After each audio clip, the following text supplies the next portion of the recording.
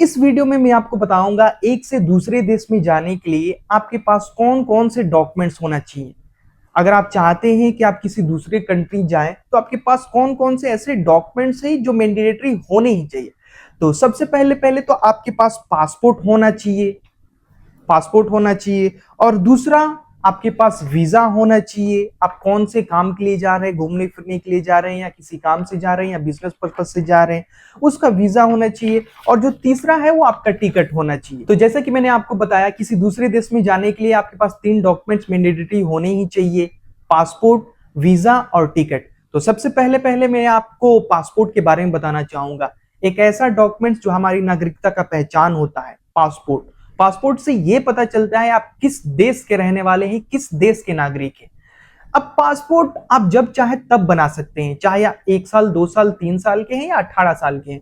कोई जरूरी नहीं कि आप 18 साल के होइएगा तभी आपका पासपोर्ट बनेगा। आप 18 साल के नहीं हुए हैं तब भी आप अपना पासपोर्ट बना सकते हैं। हाँ, इसकी कुछ कैटेगरीज होती हैं।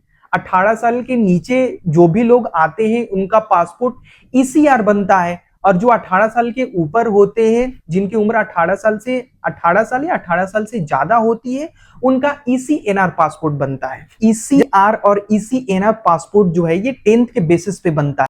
जैसा देख सकते हैं आप मेरे हाथ में 2 इंडियन पासपोर्ट है, एक है ईसीआर और एक है ईसीएनआर। वैसे हैं दोनों इंडियन पासपोर्ट ही, लेकिन इन दोनों में अंतर है।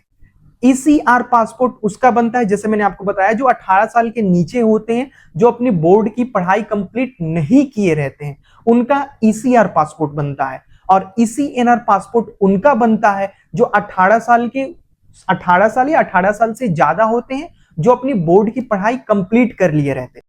पहले के बहुत से ऐसे लोग हैं जो 10th नहीं करते थे, अपनी माध्यमिक पढ़ाई, जो बोर्ड की पढ़ाई होती है, वो कंप्लीट नहीं किए रहते हैं, तो उनका जो पासपोर्ट रहता है वो ईसीआर पासपोर्ट ही रहता है। अब इससे नुकसान क्या है? देखिए, ईसीआर जो पासपोर्ट होता है, इससे आप ज्यादा कंट्रियों में नहीं जा सकते। ईसीआर पासपोर्ट 15 से 18 कंट्रियों में ही रजिस्टर्ड होता है। जो ईसीआर पासपोर्ट है ज्यादातर आपको एशियन कंट्रीज में ही मिलेगा। तो इससे नुकसान ये है कि आप ज्यादा कंट्रियों में नहीं जा सकते और आपको उतना प्रोफेशनल काम भी नहीं मिलेगा। अगर आपको काम मिल भी रहा है तो उसमें जो प्रॉफिट्स होते हैं, जो काम में, जैसे किसी कंपनी में अगर आपका काम लगता है ना, अगर आप अच्छी जगह प्रोफेशन पे है तो आपको वहां पे कंपनी से प्रॉफिट भी मिलता है उस वर्क पे। तो ये सारी चीज जो है ईसीआर पासपोर्ट पे आपको नहीं मिल पाता। क्यों? क्योंकि आप ज्यादा पढ़े लिखे नहीं होते हैं, माध्यमिक पढ़ाई अपनी कंप्लीट नहीं किए रहते हैं, जिसके कारण आपको उतना प्रॉफिट नहीं मिलता है। तो यही सारी इससे नुकसान है ईसीआर पासपोर्ट से। और ईसीएनआर पासपोर्ट से आपको बहुत प्रॉफिट है। ईसीएनआर पासपोर्ट अगर आपके पास है, इसका मतलब आप पढ़े लिखे हैं, 18 साल से ज्यादा के हैं, तो आप किसी भी कंट्री में जा सकते हैं। आपको प्रोफेशनल जॉब भी मिल सकता है, और आपको जॉब में जो प्रॉफिट्स होता है, जॉब पे हैं, अगर आप अच्छे प्रोफेशन जॉब पे है तो आपको जॉब से बहुत सारे प्रॉफिट्स भी मिलते हैं। तो ईसीएनआर पासपोर्ट आपके लिए बहुत इंपॉर्टेंट होता है। ये ईसीआर पासपोर्ट जिसके पास होता है उसको इमिग्रेशन के समय काफी ज्यादा प्रॉब्लम्स होता है। क्यों? क्योंकि वो ज्यादा क्वालिफाइड नहीं होते हैं, जिसके कारण उनको काफी ज्यादा प्रॉब्लम्स होता है। और ईसीएनआर पासपोर्ट अगर आपके पास है तो इमिग्रेशन के समय आपको ज्यादा प्रॉब्लम्स नहीं होता है, क्योंकि ईसीएनआर पासपोर्ट उसी का बना रहता है जो क्वालिफाइड होता है और जो 18 ईयर्स प्लस होता है। अब देखिए, हर एक देश का अपना अलग अलग पासपोर्ट होता है। ये जो पासपोर्ट है ये नॉर्मल पासपोर्ट है, ब्लू नॉर्मल पासपोर्ट है, जैसे कि मैंने आपको बताया। अब हमारे देश में अलग अलग डिवीजन का अलग अलग पासपोर्ट होता है। जैसे ये ब्लू नॉर्मल पासपोर्ट है, एक व्हाइट पासपोर्ट होता है, ऑरेंज पासपोर्ट होता है, मरून पासपोर्ट होता है। ये अलग अलग कलर्स के अलग अलग डिविजन्स के पासपोर्ट्स होते हैं। ये नॉर्मल पासपोर्ट हम नॉर्मल सिटीजन्स जो होते हैं ना, वो यूज करते हैं। तो और ये जो ईसीआर और ईसीएनआर वाला जो प्रोसेस है ना, ये सिर्फ और सिर्फ हमारे इंडिया में ही है, ये किसी दूसरे देश में नहीं है, सिर्फ इंडिया में ही है। सो ये जो पासपोर्ट है ये हमारे क्वालिफिकेशन के हिसाब से बनता है। तो ठीक ही है, अगर आप 10th कर रहे हैं, 10th अगर आपने कंप्लीट कर लिया है और आप 18 ईयर्स के हो गए हैं, तो आप अच्छे से अपना पासपोर्ट अप्लाई कीजिए, आपको ईसीएनआर पासपोर्ट मिलेगा अगर आप क्वालिफाइड होंगे। तो आते हैं अब मैं आपको जो दूसरा है ये वीजा के बारे में बताना चाहूंगा।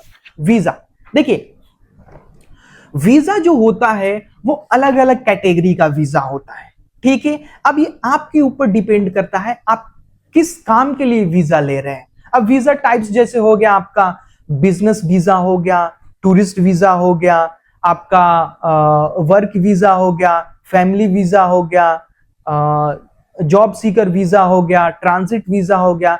तो ये सारे के सारे जो वीजा होते हैं अलग अलग कैटेगरी का वीजा होता है, ठीक है। अब मान लीजिए आपके पास टूरिस्ट वीजा है, अगर आपके पास टूरिस्ट वीजा है किसी देश का, तो आप उस देश में सिर्फ घूमने फिरने के लिए जा सकते हैं, ना कि काम करने के लिए, ठीक है। अगर आपके पास बिजनेस वीजा है तो सिर्फ आप बिजनेस के पर्पज से ही आप वहां पे जा सकते हैं। अगर आपके पास फैमिली वीजा है तो आप अपने फैमिली को लेके वहां पे घूमने फिरने के लिए जा सकते हैं। अब मैं आपको बताना चाहूंगा जॉब सीकर वीजा के बारे में। मैं इसके पहले आपको यह बताना चाहूंगा कि बहुत से ऐसे लोग हैं ना जो टूरिस्ट वीजा ले लेते हैं और उस देश में जाके जॉब ढूंढने लगते हैं। तो ऐसा नहीं करना चाहिए। देखिए जो टूरिस्ट वीजा होता है वो सिर्फ और सिर्फ आपके घूमने फिरने के लिए होता है। आप टूरिस्ट वीजा पे जाके किसी देश में आप वहां पे जॉब नहीं ढूंढ सकते।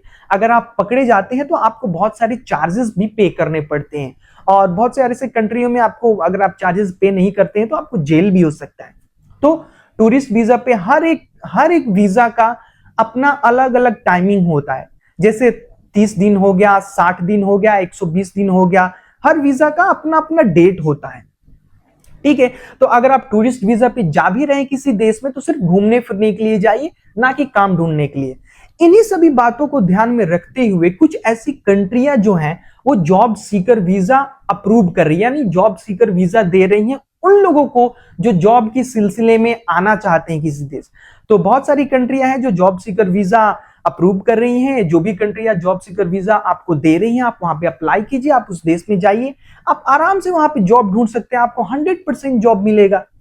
तो अब रहा बात टिकट का, तो टिकट तो आप अगर ज्यादातर लोग ट्रेवल करते हैं तो फ्लाइट से ही करते हैं, तो आपके पास फ्लाइट का टिकट होना चाहिए। मैं एक बार और इसके बारे में बता दूं, जो टूरिस्ट वीजा होता है, अगर आप किसी दूसरे देश में एज अ टूरिस्ट वीजा पे जा रहे हैं, टूरिस्ट वीजा पे, तो आपके पास डबल वे का टिकट होना चाहिए, ना कि वन वे का, आने का भी जाने का भी। अगर आपके पास डबल वे का टिकट नहीं होगा तो इमिग्रेशन के समय आपको बहुत सारे प्रॉब्लम्स होंगे, बहुत सारे।